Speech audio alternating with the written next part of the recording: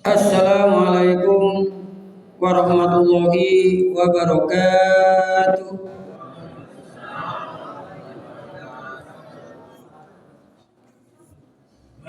Buah langsat, buah kedongdong.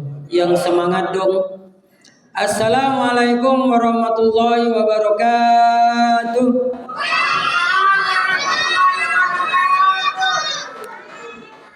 Alhamdulillahilladzi adhaba anal hazan inna rabbana laghafurun syakur. Asyhadu an la ilaha illallah wa asyhadu anna muhammadan abduhu wa rasuluhu sallallahu alaihi wasallam wa ala alihi wa sahbihi ma ba'da. Faqad qala ta'ala fil Qur'anil Karim, a'udzu billahi minasy syaithanir rajim. Wasari'u ila maghfiratin min rabbikum wa jannatin arduha as-samawati wal ard wa iddat lil muttaqin. Para bapak, ibu yang dirahmati oleh Allah Subhanahu wa taala, alhamdulillahirabbil alamin. Kita panjatkan puja dan puji syukur kehadirat Allah Subhanahu wa taala bahwasanya sampai saat ini Allah masih memberikan umur yang panjang sehingga kita menjumpai bulan Ramadan yang penuh dengan berkah dan ampunan rahmat Allah. Salawat dan salam semoga tetap tercurahkan pada junjungan kita Nabi besar Muhammad sallallahu alaihi wasallam beserta keluarganya, para sahabatnya dan seluruh umatnya sampai akhir zaman. Para bapak dan ibu serta hadirin sekalian, satu-satunya jamaah supaya benar-benar meningkatkan rasa syukurnya kepada Allah, bahwasanya kita yang hidup di dunia hanya sekali ini oleh Allah diberi hidayah, diberi petunjuk bisa menetapi agama Islam, agama yang hak, agama yang sah, agama yang diterima oleh Allah. Apabila kita amalkan, kita kerjakan terus menerus sampai ajal pati kita masing-masing, jelas hak yakin dijamin oleh Allah bisa masuk ke dalam surganya Allah. Hal ini dijelaskan dalam firman Allah surat An-Nisa ayat 13, wa may yuti'illaha wa rasulahu yudkhilhu jannatin tajri min tahtiha al-anhar khalidina fiha wa dzalikal fawzul adzim. Barang siapa yang taat Allah dan taat Rasulnya, maka Allah akan memasukkan dalam surga. Keadaan dalam surga mengalir beberapa sungai, demikian itulah merupakan suatu keuntungan yang sangat besar. Kita menetapi agama Islam ini akan memperoleh suatu keuntungan yang sangat besar. Untung di dunia dan untung di akhirat. Untungnya di dunia berdasarkan sabda Rasulullah SAW, qad aflaha man hudiya ilal Islam wa rasul kafafa wa qani abi. Sungguh beruntung orang-orang yang hatinya telah ditunjukkan ke dalam Islam dan mau menerima kebenaran Islam, maka Allah akan mencukupkan rezekinya dan akan diberi hati yang qanaah. Dan sewaktu-waktu kita meninggalkan dunia ini, Allah akan memasukkan ke dalam surganya.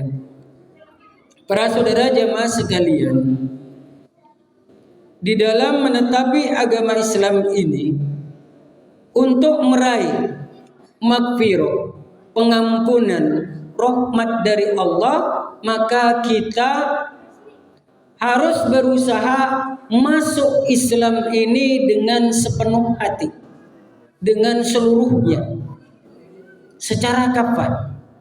Hal ini dijelaskan di dalam firman Allah surat Al-Baqarah ayat 208, ya ayyuhalladzina amanu dkhulu fis-silmi kaffah. Ya ayyuhalladzina amanu, wahai orang-orang yang beriman, udkhulu, masuklah kamu sekalian fis-silmi kaffah, dalam Islam ini secara menurut. Ayat ini menegaskan bahwa kita sebagai manusia, sebagai hamba Allah, sebagai umat Islam masuk ke dalam Islam ini dengan sepenuhnya, dengan menyeluruh, jangan setengah-setengah atau tidak boleh ragu-ragu. Sebab kalau masuknya cuma setengah, kalau dirasa itu kurang enak. Maka masuk dengan sepenuh hati sehingga dalam mengerjakan ibadah ini kita benar-benar bersemangat. Karena Allah memberikan motivasi pada kita. Ini terutama bagi pini sepuh. Para orang tua itu diberi motivasi semangat. Masalah akhirat harus di depan. Masalah dunia biar anaknya yang kerja, nanti orang tuanya terima uangnya. Kan begitu. Di dalam firman Allah surat Ali Imran ayat 133, wasari'u ila magfiratin min rabbikum wa jannatin arduhas samawati wal ard uiddat lil muttaqin.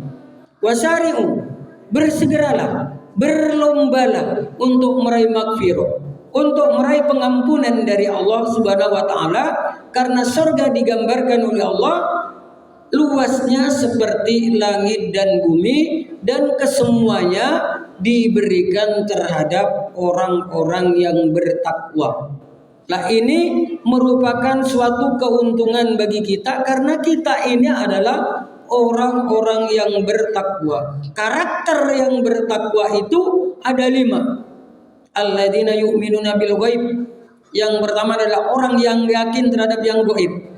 Yakin adanya Allah, yakin adanya malaikatnya Allah, surganya Allah, nerakanya Allah, berjumpa dengan Allah pasti ada. Jannatu haqqun wa naru haqqun wa liqa'ika haqqun. Berjumpa dengan Allah hak, bertemu dengan Allah hak, surganya Allah hak, nerakanya Allah hak. Dan setelah kita yakin dengan sepenuh hati, maka hati kita akan dengan sendirinya tergerak, wa yuqimunas shalah, akan mendirikan sholat. Kalau sudah sholat kita sudah khusyuk, maka akan terbersih dari kita mengamalkan kesalihan sosial. Wa mimma razaqnahum yunfikun. Dari apa-apa yang telah Allah rezekikan, sebagian diinfakkan, sebagian, tidak semuanya. Nah, maka dari itu kita sebagai umat Islam yang telah diberi hidayah petunjuk oleh Allah, dipilih menjadi orang Islam, ini kita menjadi pilihan. Summa arsalnal kitabal ladzina istafaina min ibadina wa minhum zalimun li nafsi wa minhum muqtasida wa minhum sabiqul khairat. Kemudian aku Allah mewariskan kitab Al-Qur'an terhadap hamba-hambaku yang telah aku pilih. Jadi yang diberi Al-Qur'an adalah orang dipilih, yaitu orang Islam ini dipilih oleh Allah. Namun faminhum zalimun li nafsi, sebagian dari mereka menganiaya pada dirinya sendiri. Sudah tahu kewajiban tidak dikerjakan, sudah tahu dosa dikerjakan. Ini ketika melewati jisru jahanam, satu jengkal langsung kena kelalit, masuk ke dalam neraka wel, neraka yang paling atas. Yang kedua adalah muqtasidah, sedang-sedang saja. Sholatnya bagus, puasanya bagus, hablum minan nasnya bagus, maksiat juga bagus. Akhirnya muspro. Maka turunlah surat Al-Ghasyiyah. Wujuhu yaumaidin khasi'ah amilatun nasibah tasla narun hamiyah. Nanti beberapa wajah di hari kiamat tertunduk sangat menyesal. Kenapa menyesal? Amilatun nasibah, amalannya sia-sia, jadi bangkrut.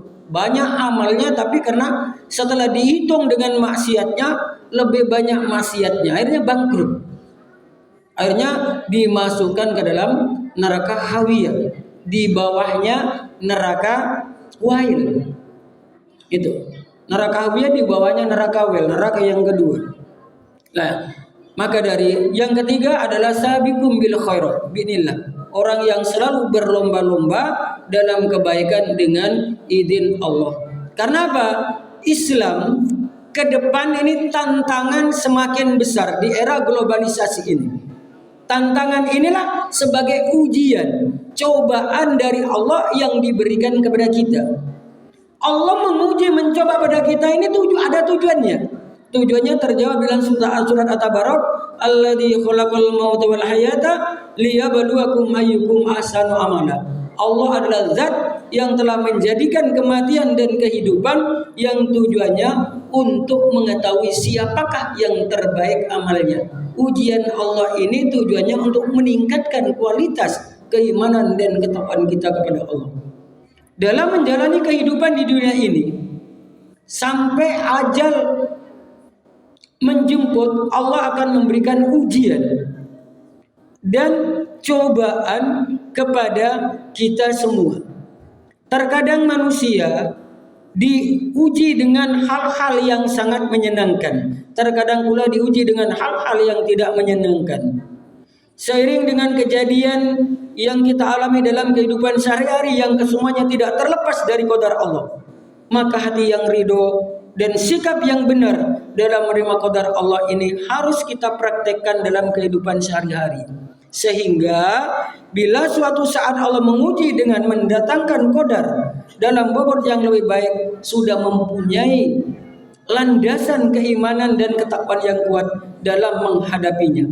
Karena semakin besar ujian ini yang kita terima, maka semakin besar pula kita pahala yang kita terima. Ini berbanding lurus. Hal ini dijelaskan di dalam hadis riwayat At-Tirmidzi an Anas bin Malik qala Rasulullah SAW, idamul jasa ma'a idamul bala.